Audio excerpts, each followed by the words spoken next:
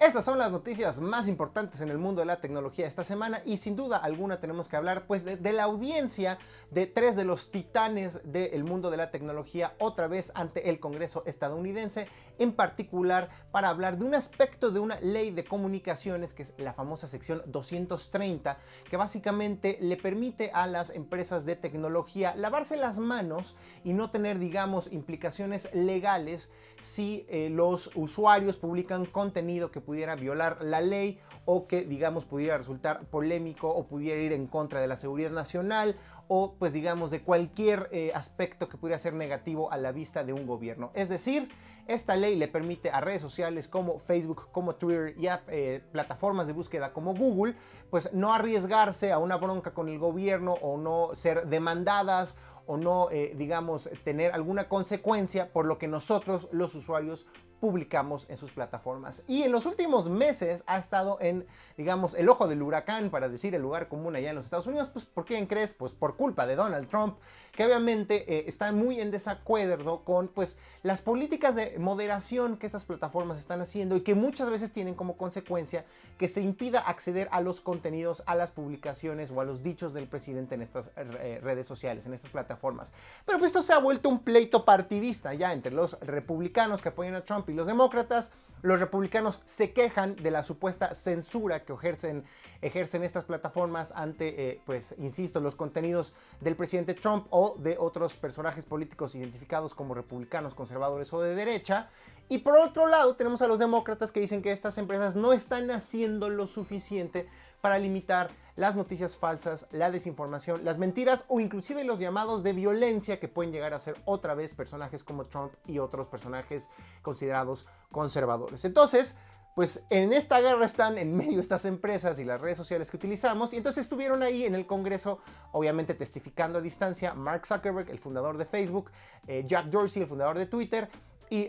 Sundar Pichai, quien es el director general de Google. Y hay muchas cosas que podemos decir de este evento. Vámonos primero por las más superficiales. Pues la primera llamó mucho la atención el garbo, digamos, el aspecto de Jack Dorsey, el fundador de Twitter, porque llegó con una barba ahí tremenda. Parece que la pandemia le pegó a gacho, pero pues, más allá de lo superficial, llamó también un poco la atención pues el encontronazo que tuvo Jack Dorsey con el senador republicano Ted Cruz, quien de plano se aventó ahí una acusación tremenda de quién demonios te puso a ti como, pues, al mando de lo que los estadounidenses pueden o no leer y los medios de comunicación pueden difundir o no en ciertas plataformas, pues evidenciando otra vez este choque que les digo que hay entre sobre todo los conservadores republicanos estadounidenses y estas plataformas por la supuesta censura que hacen de ciertos contenidos. Y obviamente Jack Dorsey le dijo: espérate, compadre, lo que estamos haciendo aquí es tener una serie de, digamos, regulaciones y políticas que tienen que respetarse, y quizás lo que ha fallado es comunicar correctamente al público general en qué consisten estas leyes y regulaciones, pues para que no se sorprendan cuando sucedan episodios como estos en donde le bloquean mensajes a Donald Trump. Pero creo que el meollo del asunto, lo verdaderamente importante es, una vez más, explicar por qué esta ley es fundamental para entender cómo funcionan estas empresas y plataformas no solo en Estados Unidos, sino a nivel mundial. Imagínense ustedes que existiera una ley que dijera que lo que publicamos en Facebook nosotros como usuarios sí hace responsables a la plataforma en términos legales si es que se llega a cometer un delito o digamos, invitar a cometer un acto violento o, en fin, muchas otras posibilidades, ¿no? Que una persona, por ejemplo, esté filmando y transmitiendo en Facebook un acto ilegal, un crimen, un asesinato, y que entonces Facebook pudiera ser demandado o perseguido o cerrado por las autoridades estadounidenses por, digamos, ser cómplice de un delito. Pues imagínense, pues no existiría Facebook, no existiría Twitter, hubieran cerrado hace muchos años, pues porque sabemos que tristemente nosotros los usuarios aquí en México, en Estados Unidos y en todo el mundo, a veces utilizamos las plataformas digitales y tecnológicas de manera incorrecta. De tal manera que modificar esta ley podría por completo cambiar cómo funcionan las redes sociales y en general muchos servicios de internet y limitar la libertad de expresión no solo en Estados Unidos, sino en todo el mundo. Lo interesante es que hubo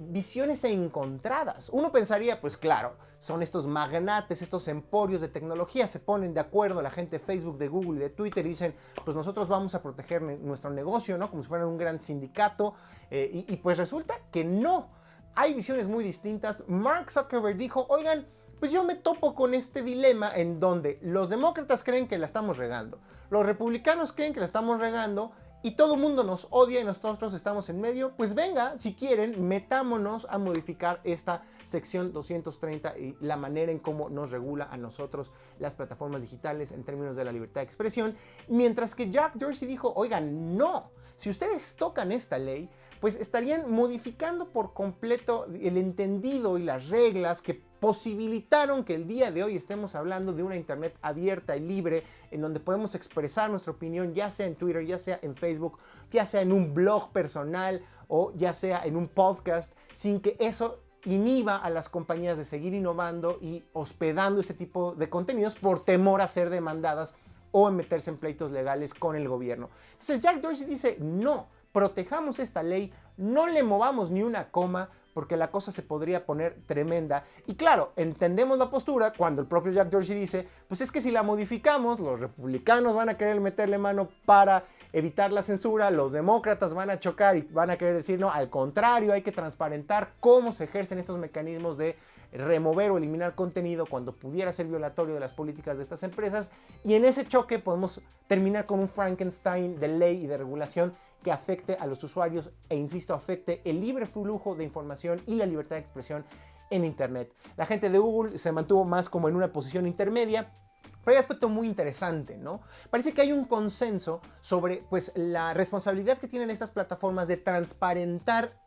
cómo remueven contenidos y, digamos, cuáles son sus políticas y de tener también moderadores, gente revisando estos contenidos y a través de estas reglas públicas transparentes tomar la decisión y eliminarlos. El problema es que si esto se convierte en una ley y obliga a que cualquier empresa tecnológica tenga estos mecanismos, podemos inhibir, o mejor dicho, hacer más complicado la innovación y la llegada de nuevos negocios, de nuevas redes sociales, de nuevas plataformas, porque muchas emprendedoras y emprendedores no van a tener la capacidad de tener gente, moderadores, 24/7 revisando los millones de publicaciones y los miles de textos, imágenes, fotografías o videos que se publican en esta hipotética nueva plataforma. De tal manera que una ley que obligue a tener estos sistemas complejos de moderación podría justamente inhibir la competencia y, digamos, consolidar aún más el monopolio que tiene Facebook en redes sociales o que tiene Google en términos de su plataforma de búsqueda o sobre todo de su plataforma de videos YouTube. De tal manera, en conclusión, no hay una solución sencilla y aunque esto nos parezca lejano, que es algo que está sucediendo solo en los Estados Unidos, o que nos parezca aburrido porque es un pleito legal, o que qué importa porque aquí en México no tenemos empresas tan grandes como esas, sí tiene que ver con la naturaleza misma de la Internet y a final de cuentas, pues sabemos ya todo lo que hacemos, cómo nos informamos la mayoría de nosotros, es a través de una plataforma digital como YouTube, como Twitter, como Facebook, inclusive ya Instagram, TikTok también. Por lo tanto, hay que estar muy atentos con lo que sucede en Estados Unidos. Por supuesto que en una semana, en unos días que sepamos quién ganó las elecciones, va a ser fundamental para, digamos, el futuro de la discusión de esta ley. Aunque, como ya les dije, a los dos partidos políticos mayoritarios estadounidenses les interesa mucho meterle mano, pero por lo pronto no hay consenso, hay una tensión muy grande y hay que estar atentos con lo que sucede en Estados Unidos porque nos va a afectar absolutamente a todos los usuarios de Internet en el mundo. Y bueno, ya que estamos hablando un poco también de tecnología y política, pues hay que hablar de algo que es, sin duda alguna, la primera vez que lo vemos en México. Hemos hablado en este espacio ya de cómo se está generando un nuevo tipo de contenido llamado sintético, porque es creado por una computadora a través de tecnologías de inteligencia artificial, ¿no? Muchas veces, por ejemplo, podemos alimentar de cientos o miles de imágenes a una computadora para que a partir de ello pueda crear una nueva imagen con un mismo personaje, pero digamos utilizando su capacidad de analizar patrones para crear contenido nuevo. Lo mismo puede suceder con un video. Si subimos muchos videos de una sola persona, podemos crear un video nuevo de esta persona haciendo algo que no existía antes. Muchos conocen esta tecnología coloquialmente como deepfakes. La traducción más, digamos, tal cual sería falsificados profundos. Como les digo, muchos prefieren llamarle a estos contenidos sintéticos. Y esta es, creo, la primera vez que vemos que una organización de la sociedad civil está utilizando un deepfake para justamente presionar y alertar sobre el peligro de una violación fundamental de nuestros derechos humanos, que es nuestro derecho a la información y a la libertad de expresión. La organización mexicana Propuesta Cívica utilizó un video creado sintéticamente, artificialmente, por una computadora con tecnología de inteligencia artificial para revivir en un video a un periodista asesinado, el periodista Javier Valdés, que fue matado a tiros en 2017, justamente recreando a este personaje como si estuviera hablando ni más ni menos que al presidente Andrés Manuel López Obrador. Dice tal cual este personaje revivido digitalmente: no me pueden matar dos veces, y alerta justamente a que el presidente debe trabajar para esclarecer su asesinato, el de este propio periodista, así como el de otros periodistas. Pues sabemos en este país en donde es uno de los más violentos para ejercer el periodismo y la libertad de expresión. Esta publicación se dio en el marco del Día Internacional para poner fin a la impunidad a los crímenes en contra de los periodistas, y sin duda alguna es una de las tácticas, digamos, de publicidad más inteligentes e innovadoras que hemos visto en mucho tiempo. Por supuesto que esta organización dice que consultaron a la familia para tener el visto bueno para, pues sí, así de fuerte como suena, revivir a su papá, a su ser querido, a su familiar a través de esta tecnología. Recordemos que más de 15 periodistas han sido asesinados en el sexenio de Andrés Manuel López Obrador, y si nos quedamos sin periodistas, nos quedamos sin información para tomar decisiones, sin información para presionar a nuestras autoridades y a nuestros gobiernos, y sin la capacidad de establecer redes entre ciudadanos que nos permitan cambiar nuestras sociedades, cambiar nuestros gobiernos, cambiar el actuar de iniciativa privada de empresas, y a final de cuentas pues poder tomar decisiones informadas sobre nuestra vida política, social y económica. Entonces, muy interesante que una organización mexicana utilice inteligencia artificial, esta tecnología de deepfakes, para revivir a un periodista en un video corto que circuló en redes sociales, y en donde, a través de un doblaje de voz, este periodista le exige al actual presidente que cesen los